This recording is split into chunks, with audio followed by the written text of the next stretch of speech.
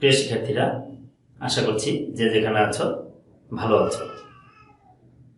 আজ আমি তোমাদের পদার্থবিজ্ঞান দ্বিতীয় পত্রের সপ্তম অধ্যায় অর্থাৎ ভৌত আলোক বিজ্ঞান এই অধ্যায় থেকে প্রথম ভিডিও তোমাদের জন্য রেডি করছি। আমি 1860 সালে বিজ্ঞানী ম্যাক্সওয়েল সর্বপ্রথম তাড়িত চুম্বক তরঙ্গ সম্পর্কে ধারণা দেন।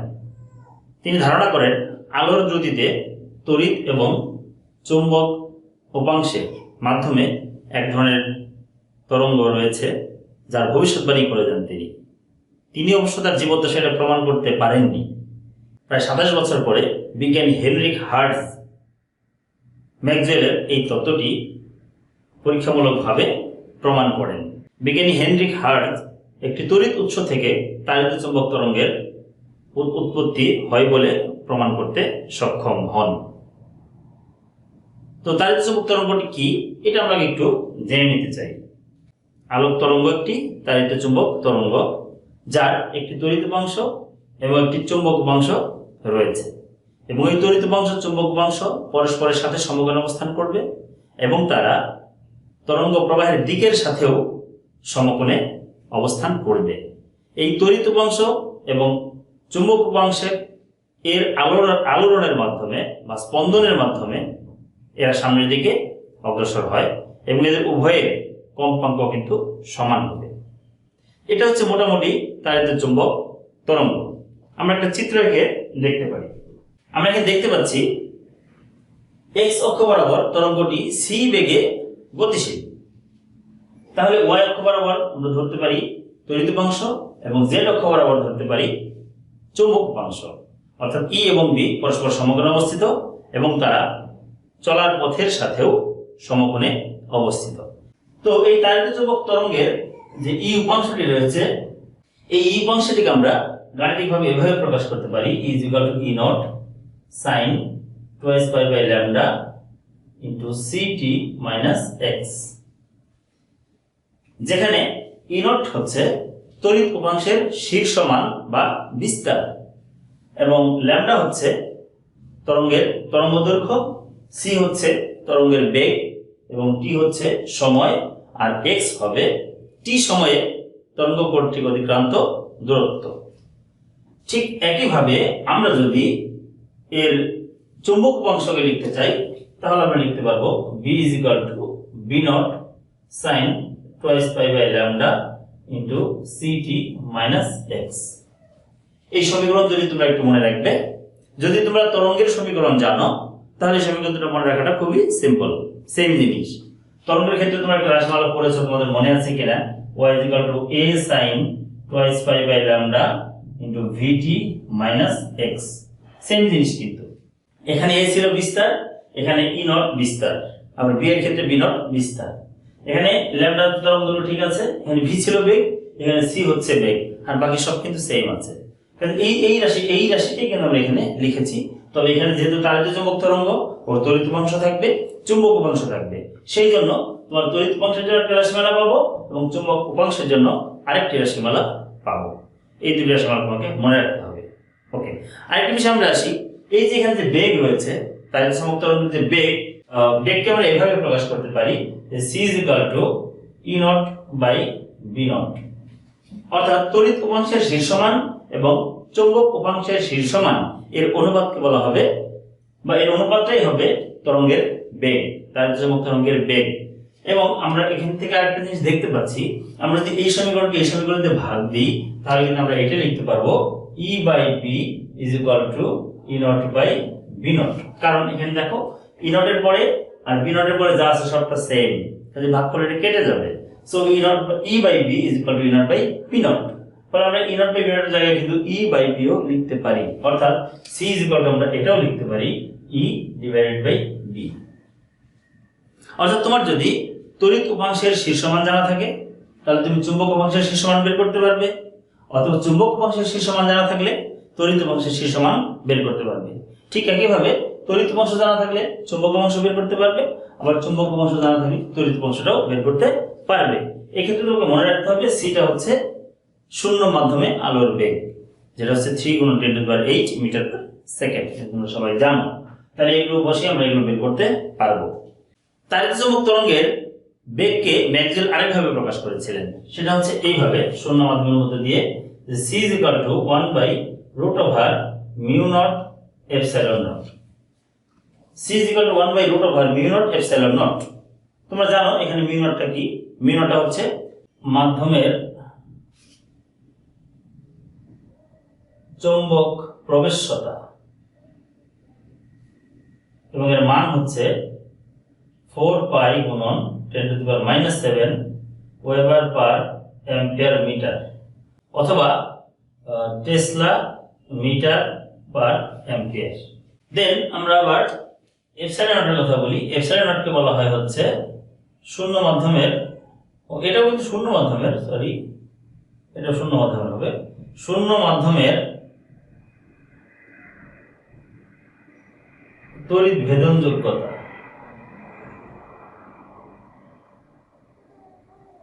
এর মান হচ্ছে 8.854 গুণন 10⁻⁻12 coulomb square per newton per metre square.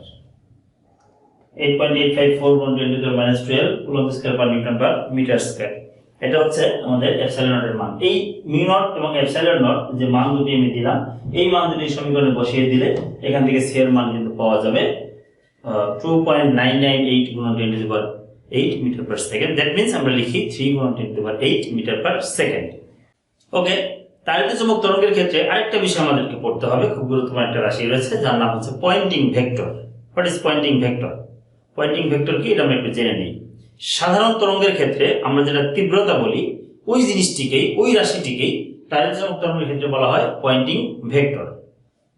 Poynting vector মানে হলো তরঙ্গ প্রবাহের দিকের সাথে লম্বভাবে যদি একটি তল কল্পনা করা হয়, তাহলে সেই তলের প্রতি একক ক্ষেত্রফলের মধ্য দিয়ে প্রতি সেকেন্ডে কি পরিমাণ শক্তি প্রবাহিত হয়, সঞ্চালিত হয়, সেটাই হচ্ছে পয়েন্টিং ভেক্টর এবং এটাকে এস দ্বারা প্রকাশ করা হয়।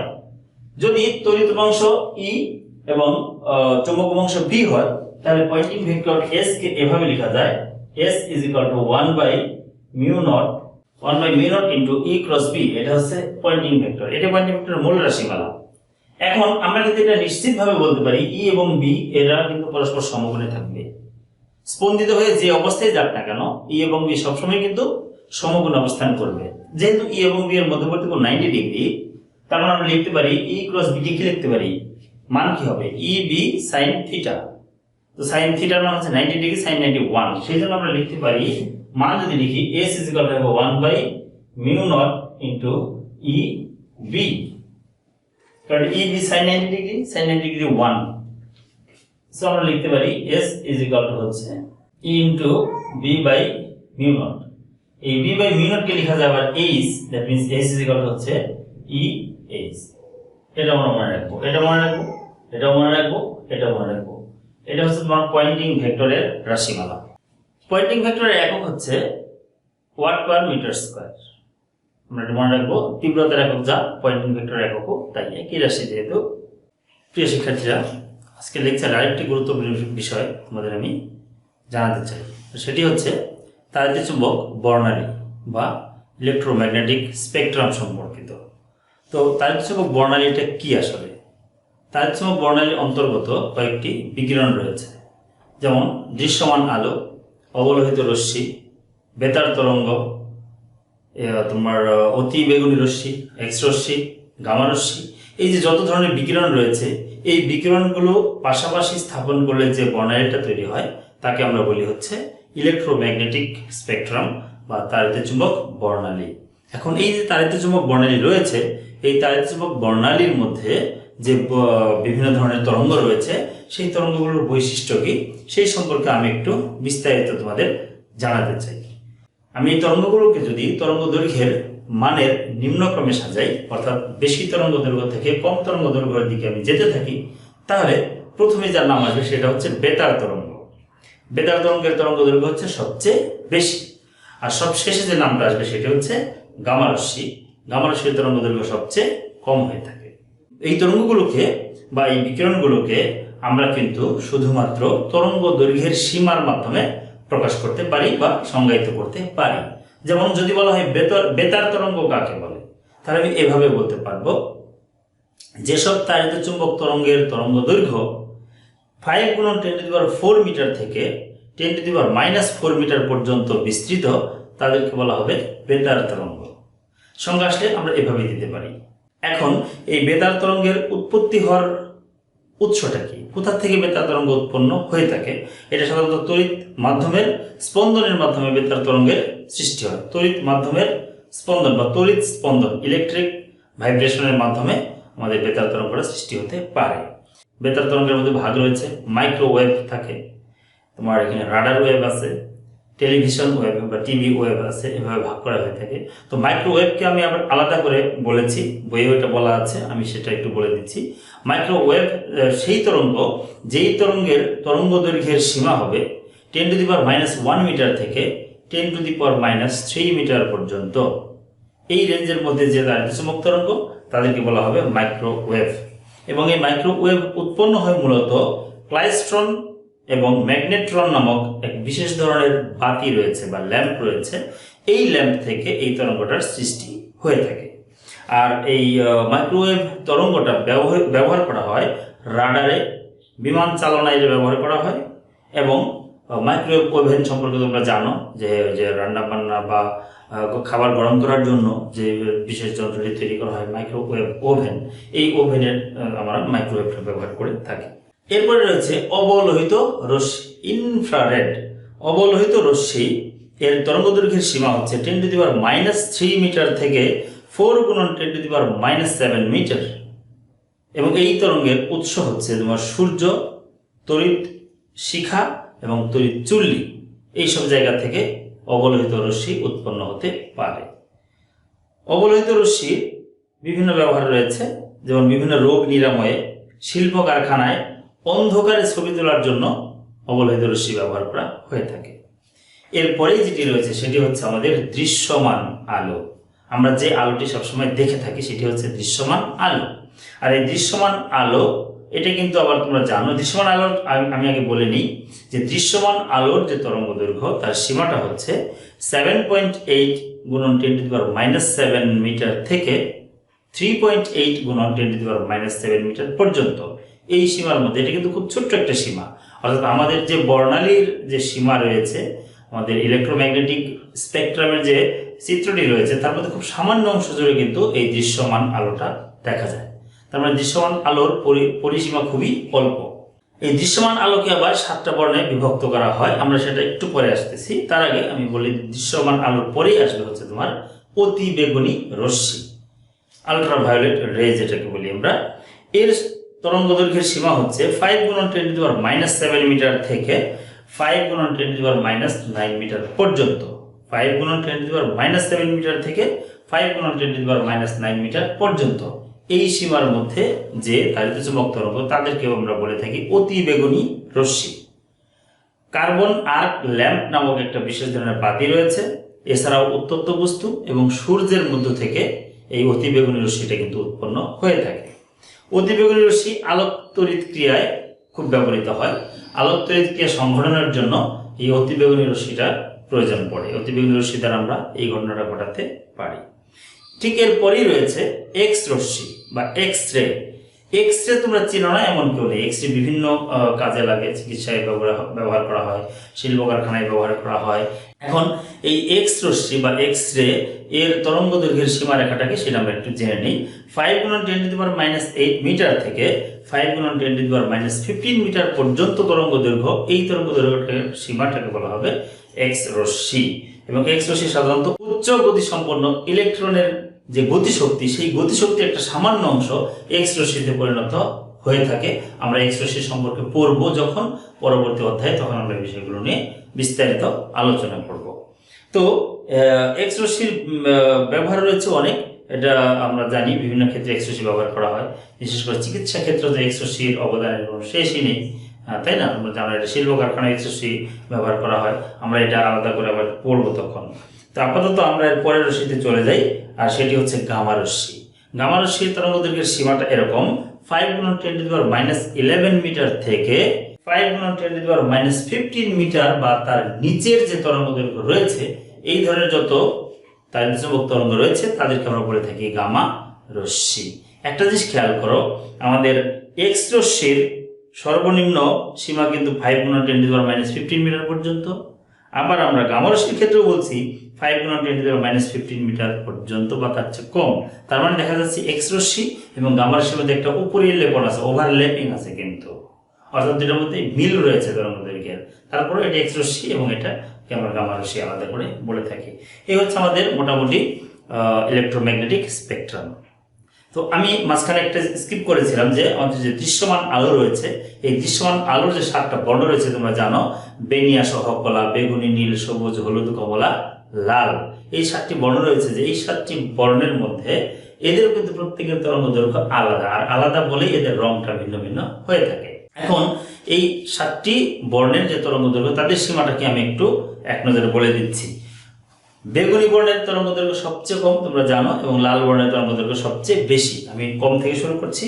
বেগুনি বর্ণের তরঙ্গ দৈর্ঘ্যের সীমাটা হচ্ছে এরকম, 3.8 × 10⁻⁷ মিটার থেকে 4.25 × 10⁻⁷ মিটার পর্যন্ত। ঠিক এরপরে রয়েছে নীল। নীল বর্ণের তরঙ্গ দৈর্ঘ্যের সীমা হচ্ছে 4.25 × 10⁻⁷ মিটার থেকে 4.45 × 10⁻⁷ মিটার পর্যন্ত। এরপর রয়েছে আসমানি বা আকাশী বলি আমরা, 4.45 × 10⁻⁷ মিটার থেকে 5 × 10⁻⁷ মিটার পর্যন্ত। এরপরই রয়েছে সবুজ, যার সীমা হচ্ছে 5 × 10⁻⁷ মিটার থেকে 5.75 × 10⁻⁷ মিটার পর্যন্ত। এরপর রয়েছে হলুদ বর্ণ, আর হলুদ বর্ণের তরঙ্গ দৈর্ঘ্যের সীমা হচ্ছে 5.75 × 10⁻⁷ মিটার থেকে 5.85 × 10⁻⁷ মিটার পর্যন্ত। এরপর রয়েছে কমলা, 5.85 × 10⁻⁷ মিটার থেকে 6.20 × 10⁻⁷ মিটার পর্যন্ত যার তরঙ্গ দৈর্ঘ্যের সীমা। সর্বশেষ রয়েছে লাল বর্ণ। লাল বর্ণের তরঙ্গ দৈর্ঘ্যের সীমাটা হচ্ছে এরকম, 6.20 × 10⁻⁷ মিটার থেকে 7.8 × 10⁻⁷ মিটার পর্যন্ত। তো এই হচ্ছে আমার 7টি বর্ণের তরঙ্গ দৈর্ঘ্যের সীমা। এই বিষয়গুলো তোমরা মানগুলো তোমরা মনে রাখার চেষ্টা করবে। এমসিকিউতে এখান থেকে প্রশ্ন আসতে পারে, এবং সিকিউর ক্ষেত্রে অনেক সময় এই তরঙ্গ দৈর্ঘ্যের মান দিয়ে আমরা বলতে পারবো এটা অমুক রশ্মি, এটা তমুক রশ্মি, সিদ্ধান্ত চাইতে পারে এটা কী ধরনের রশ্মি, এখান থেকে যে রশ্মিটা নির্গত হবে সেটা কী ধরনের রশ্মি। আমরা যখন তার তরঙ্গ দৈর্ঘ্য বের করবো তখন কোন রেঞ্জের মধ্যে এটা পড়লো সেটা দেখে কিন্তু আমরা বলতে পারবো এটা অমুক রশ্মি। এই হচ্ছে বিষয়। তো আশা করি তোমরা বিষয়গুলো মনোযোগ সহকারে একটু মনে রাখার চেষ্টা করবে। আমার ভিডিওটি আদ্যপান্ত ভালোভাবে যদি দেখো, তোমরা এই তারিত চুম্বক তরঙ্গ সম্পর্কিত আমার মনে হয় সব সমস্যার সমাধান করতে পারবে ইনশাআল্লাহ। তো আমরা পরবর্তী লেকচারে আমরা তরঙ্গ মুখ, হাইগেন্সের নীতি, হাইগেন্সের নীতি প্রয়োগ করে কিভাবে প্রতিফলন প্রতিসরণের সূত্র প্রমাণ করা যায় এই বিষয়গুলো নিয়ে আলোচনা করব। সেই পর্যন্ত সবাই ভালো থাকো, সুস্থ থাকো। আল্লাহ হাফেজ।